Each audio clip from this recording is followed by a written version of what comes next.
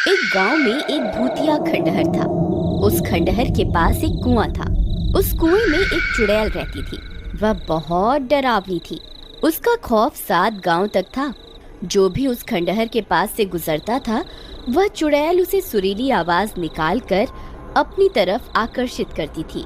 ए राजा, कहाँ जा रहे हो? इधर आओ ना, मैं कब से तुम्हारा इंतजार कर रही हूँ। देखो, मैंने तुम्हारे लिए स्वादिष्ट भोजन भी बनाया है। जरा मेरे पास तो आओ।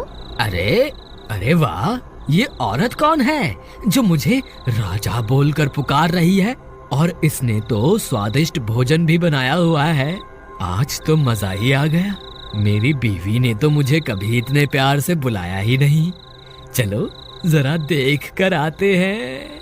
फिर वह नासमझ उस चुड़ैल के बहकावे में आकर उस खंडहर की तरफ चला जाता है। अरे तुम कहाँ हो? देखो, तुम्हारा राजा आ गया। मेरी रानी, तुम कहाँ हो? तुम्हें मुझसे छुपने की जरूरत नहीं है। मुझसे शर्माओ मत। राजा जी, मैं यही हूँ, मुझे ढूंढो।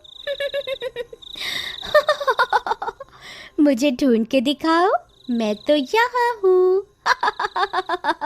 फिर वह गांव वाला उसकी आवाज का पीछा करता है और उस कुएं के पास पहुंच जाता है। अरे राजा जी, इधर उधर क्या देख रहे हैं? मैं तो यहाँ हूँ। अरे यार, ये आवाज तो यहीं से आ रही है, लेकिन ये औरत दिखाई क्यों नहीं दे रही? अरे मेरी रानी, तुम कहाँ हो?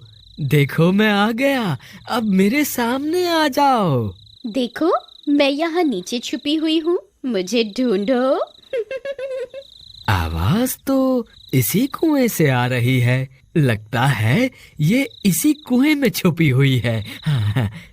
धप्पा! देखो, मैंने तुम्हें ढूंढ लिया। फिर वह नासमझ उस कुएं में झांकने लगता है। तभी उस कुएं से एक खूनी पंजा बाहर निकलता है और उसकी गर्दन पकड़कर उसे नीचे की तरफ खींच लेता है। अरे मर गया रे! ये क्या चीज है? ये मर गया रे! आए! तुम कौन हो? मैं तो अपनी रानी की तलाश में यहाँ आया। मैं ये कहाँ फंस गया? मेरी तरफ देखो, मैं ही तो तुम्हारी रानी हूँ। नहीं नहीं, तुम तो कोई चुड़ैल लगती हो। अरे मुझ पे दया करो और मुझे जाने दो। मेरी बीवी घर पे मेरा इंतजार कर रही है। नहीं नहीं, तुम इतनी दूर से आए हो, खाना खा के जाना। अरे वाह, लगता है ये कोई अच्छी चुड़ैल है। मैं बेकार में ही घबरा रहा था। जी जरूर, खाना खा के ही जाएंगे। वैसे चुड़ैल जी, आपने खाने में क्या बनाया है? अभी तो खाना बनाना है। अच्छा अच्छा, तो क्या प्याज काटने में आपकी मदद कर दूं? नहीं, उसकी क्या जरूरत है? यहाँ कोई गैस चूल्हा तो दिखाई नहीं दे रहा। आप खाना कैसे बनाएंगी? खाने को बनाने की क्या जरूरत है, ऐसे ही खा जाएंगे। अच्छा, वैसे आज खाने में है क्या? तुम्हारा सर।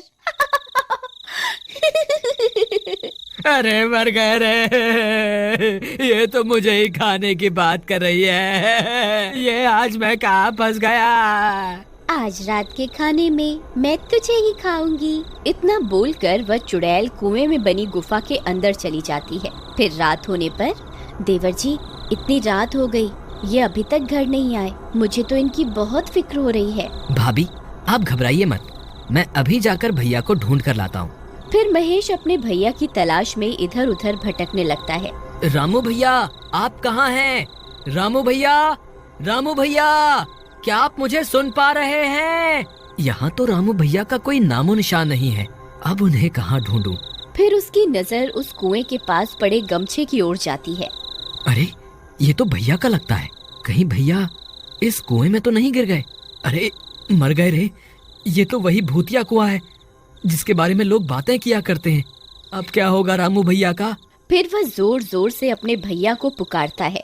रामू भैया, आप कहाँ हैं? क्या आप मुझे सुन पा रहे हैं? अरे ये तो मेरे छोटे भाई की आवाज है। लगता है वो मेरी तलाश में यहाँ आया है। अरे वाह, ये तो मजा ही आ गया। ये शिकार तो खुद ही यहाँ चल कर आ गया। चुड़ैल फिर से अपनी सुरीली आवाज निकालती है। आओ राजा जी, मैं कब से आपका इंतजार कर रही थी। जल्दी आइए, मैंने भोजन भी बनाया हुआ है। अगर देर हो गई तो भोजन ठंडा हो जाएगा। अरे ये मधुर आवाज किसकी है? ये मुझे राजा क्यों बुला रही है? तुम कौन हो? राजा जी, मैं आपकी रानी हूँ। मैं कब से आपका इंतजार कर रही हूँ। मैं यहाँ इस कुएं में हूँ। अरे नहीं महेश, ये कोई रानी वानी नहीं है। तुम इसके झांसे में मत आना। ये एक चुड़ैल है। अगर तुम इस कुएं के पास आए तो ये तुम्हें अंदर खींच लेगी। तुम इस कुएं में झांक के मत देखना। अरे ये तो रामू भैया की आवाज है। मर गए रे। रामू भैया तो चुड़ैल के शिकंजे में है। अब मैं क्या करूं? तेरी इतनी हिम्मत! तेरी वजह से मेरा शिकार मेरे हाथ से निकल गया। अब तुझे नहीं छोड़ूंगी। हे चुड़ैल जी, मुझे माफ कर दो। आगे से कभी ऐसी गलती नहीं होगी। मुझे माफ कर दो। मैंने जल्दी ही भैया को इस कुएं से बाहर नहीं निकाला तो ये चुड़ैल इन्हें जिंदा नहीं छोड़ेगी। मुझे कोई ना कोई तरकीब निकालनी होगी। अगर मुझे कोई रस्सी मिल जाए तो मैं उसे इस कुएं में डाल दूं, जिसकी मदद से भैया बाहर निकल जाएंगे। यहाँ तो ऐसी कोई भी चीज नहीं है जिसकी मदद से भैया इस कुएं से बाहर आ सके। फिर वह इधर उधर ढूंढने लगता है। तब उसे एक टूटा हुआ पेड़ दिखाई देता है। ये टूटा हुआ पेड़ मेरे काम आ सकता है। अगर मैं इसे इस कुएं में डाल दूं तो भैया इसकी मदद से ऊपर आ सकते हैं। फिर वह उस पेड़ को उठाता है और कुएं में डाल देता है। रामू भैया, आप इस पेड़ की मदद से ऊपर आ जाइए।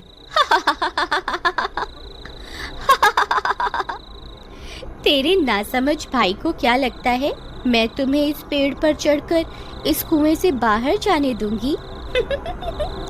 कितना नासमझ है तुम्हारा भाई। फिर रामू कुएं से बाहर आ जाता है। वीडियो को लाइक कर दीजिए और चैनल को सब्सक्राइब कर बेल आइकॉन ऑन कर